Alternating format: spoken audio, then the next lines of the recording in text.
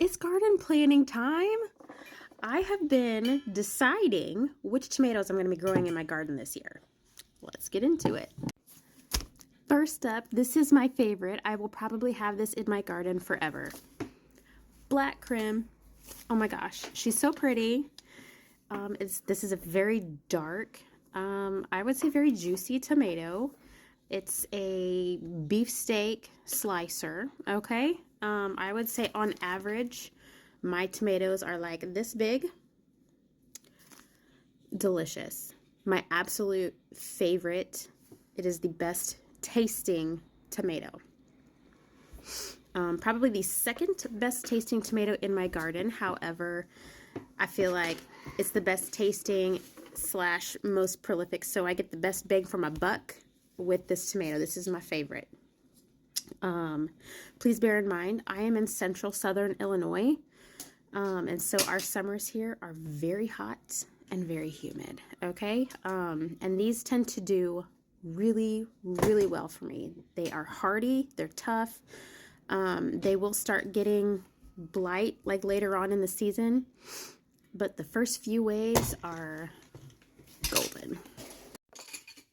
Okay, my second favorite variety is the Berkeley Tie-Dye Heart. This is an ox heart variety of tomatoes. This was developed by Brad Gates. He is with Wild Boar Farms. I love Wild Boar Farms tomatoes. This variety actually is not available from him anymore. He doesn't sell these seeds anymore, but I grew them like in one of the last years that he offered them, and I saved my own seeds, and so I actually have them for sale in my seed shop on Etsy. Sir, you're good. You color. Yeah. But honest to goodness, this is the best tasting tomato ever. Ever. I do not find that the plants are very prolific. They don't make a ton of these. That's probably why he stopped carrying them. I think he got some complaints in that department. But the ones that you get are amazingly delicious. And they're big. They're nice, great. They are great slicers. Sir. I will grow it forever. This is a forever tomato to me.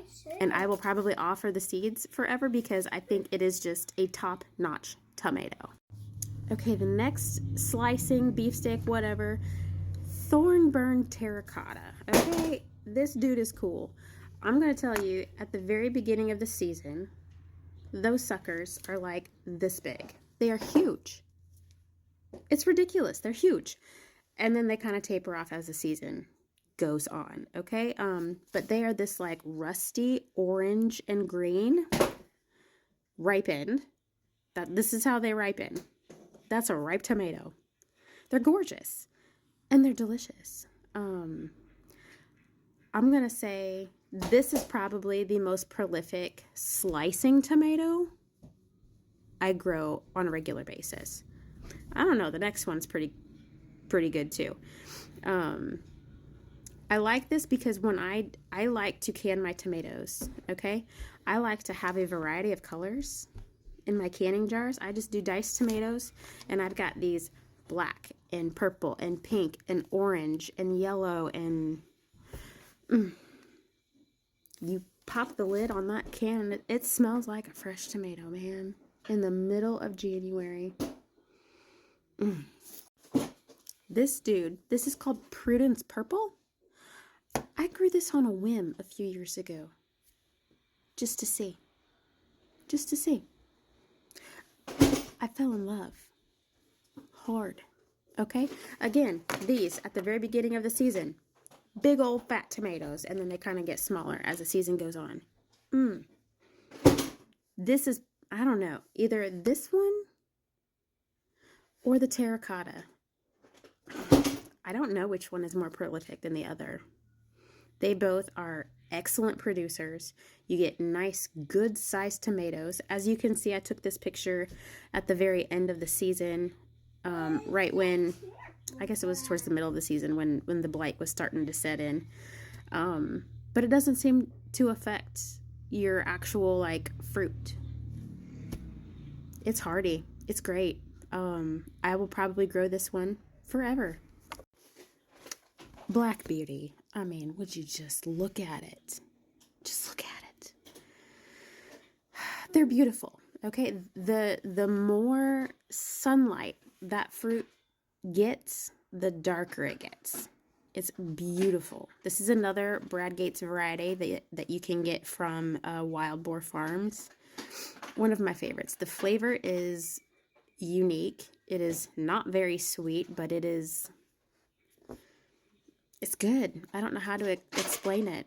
I like to grow, like I just said, a variety of colored tomatoes. It makes your diced tomato jars so pretty. And frankly, like the flavor profile of it is just so much more complex. I love it. I love it. These fruits are about like that on the regular. It is very uniform. They are very easy to predict what you're going to get. And you know what? It grows a lot of tomatoes. I'm very happy with this variety. I will probably have this one in my garden forever as well. A favorite of mine. This is called Brad's Atomic Grape Tomato. Another Brad Gates Wild Boar Farms variety. I do offer these seeds in my seed shop, BottomViewFarms on Etsy. All of the tomatoes that I'm mentioning here, you can get from me on my Etsy shop. I love these. They are a great snacking tomato, but like, they're not sweet. Some people have said it's like reminiscent of a hoppy beer. I would not say that, but I don't know what I would say. It's more of a savory flavor, but it's a rich flavor. It's great. And they're beautiful. Look at those Technicolor Dream tomatoes. Black cherry. The black cherry tomato. I don't know that there is a more prolific cherry tomato plant than this one. Maybe Barry's Crazy Cherry. That's pretty intense.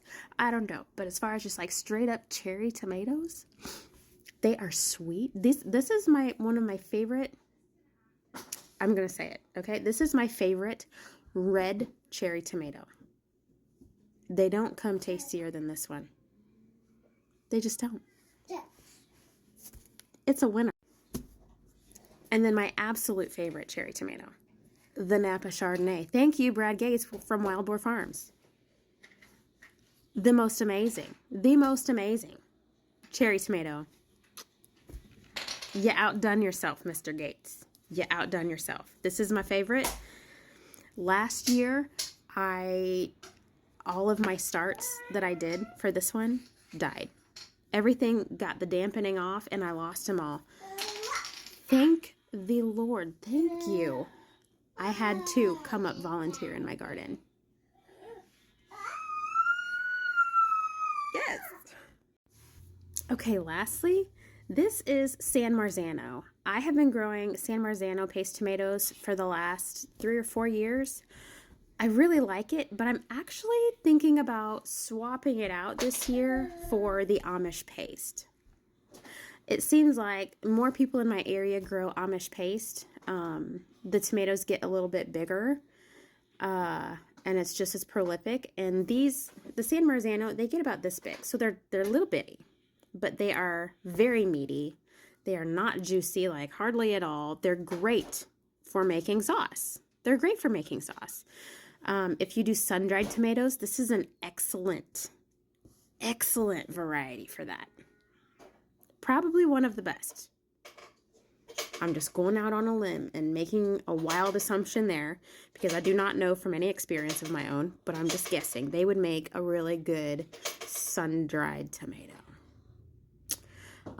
But this year, I'm trading them out for Amish paste, and we're going to see how they do. I don't know. What are your favorites? Listen in the comments below. Maybe we can help each other out. Happy gardening.